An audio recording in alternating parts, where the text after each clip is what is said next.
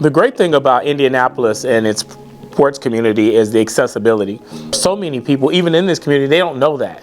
They don't know how accessible our sports entities are. You can go to a Fuel game for a relatively easy price. You can go to a Pacers game for a relatively easy price. I know people who go to Pacers game every week, it seems like, through their church or through their nonprofit, and it's because our sports entities do give back and are concerned about the community. And that's important in terms of planting seeds too, in terms of loving this place, is having your kids and having your community grow up around the sports that exist here. So many people don't know that you can come to the Indianapolis Motor Speedway for $30 at a general admission ticket.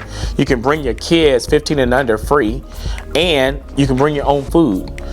You can bring your own beverages. You can't do that anywhere else. To have this singular experience Memorial Day weekend at our family barbecue that we call the Indianapolis 500. We're a city that people don't know some things about. You know, you think about it, we have as great a convention center as there is. The Lucas Oil Stadium, you know, that building is just tremendous, held a Super Bowl, etc. Our plaza, they'll come to visit our plaza and they'll take a picture in front of Gainbridge Fieldhouse, not too far from downtown. The world's greatest racing course. You know, think about it, the Indianapolis 500 is there. We have a symphony, we have a ballet, we have all kind of different things. You can go to Eagle Creek and you can sail. We have a lot of things here that people don't know we have. The sports team and venues, we're all connected because we're all part of one community, so we support each other.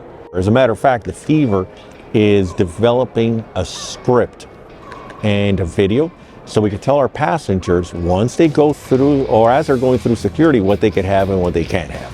The Sports Corp is a special place because all 28 individuals are driven by the mission. They're driven by that mission to enhance and impact our community through sport, creating ancillary events around these championships, having impact with youth, having impact in the community, having our local organizing committees who are the volunteers who help drive these events, working with those on how in the world do we make sure that we're capturing all of the community and making them proud to be a part of these events.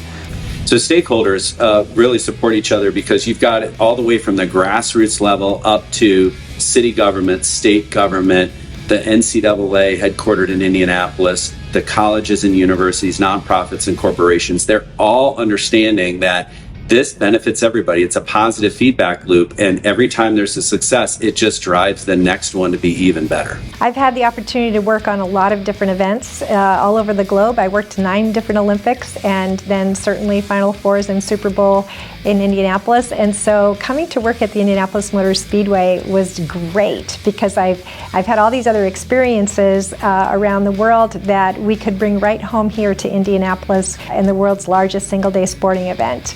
And that came true in 2016 for the Indy 500. For the first time in 100 years, we sold the venue out, and that was due to a lot of elbow grease and ideas from lots of different people, but it was certainly exciting. I've been in this business for 35 years, and I've been everywhere from Hong Kong to Kuwait to New Orleans. I'm here principally for the reason that we all talked about.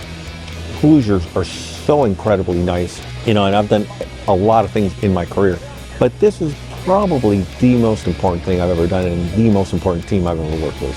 I lived over in the Middle East, and I've lived in Connecticut and Arizona and different places. And the thing that's unique about Indianapolis is people come together and they work together for a common goal.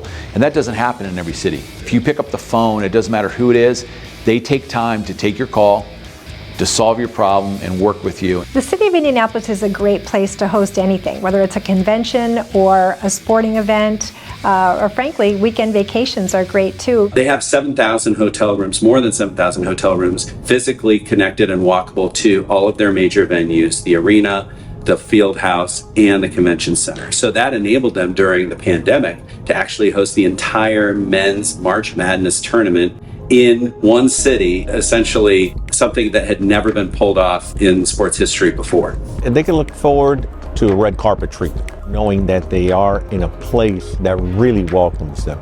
Ground transportation is going to be of the highest level. We're going to make sure that if you stand in line for a little while longer than you should, you're going to get a bottle of water, you're going to get a snack, you're all free of charge, and you're going to be taken care of with a high level of Hoosier hospitality. Well, one thing that they'll find, Hoosier hospitality is real. I think they'll also be very surprised by the tech industry here and how much we've been quietly building a strong tech base, especially in sports. Here at the Indianapolis Motor Speedway, you're going to be blown away at the size of this place. I think TV doesn't do it justice at how big and how large our venue is. 2.5 mile oval even doesn't give it justice to how far it is from turn 1 to turn 3 or turn 2 to turn 4 that you can't even see the other side of the track. Our Indian Stadium is one of the most beautiful baseball stadiums in the world, and their staff is absolutely phenomenal. We are people who want to show you our city, and we are people who want you to come back because you like our city.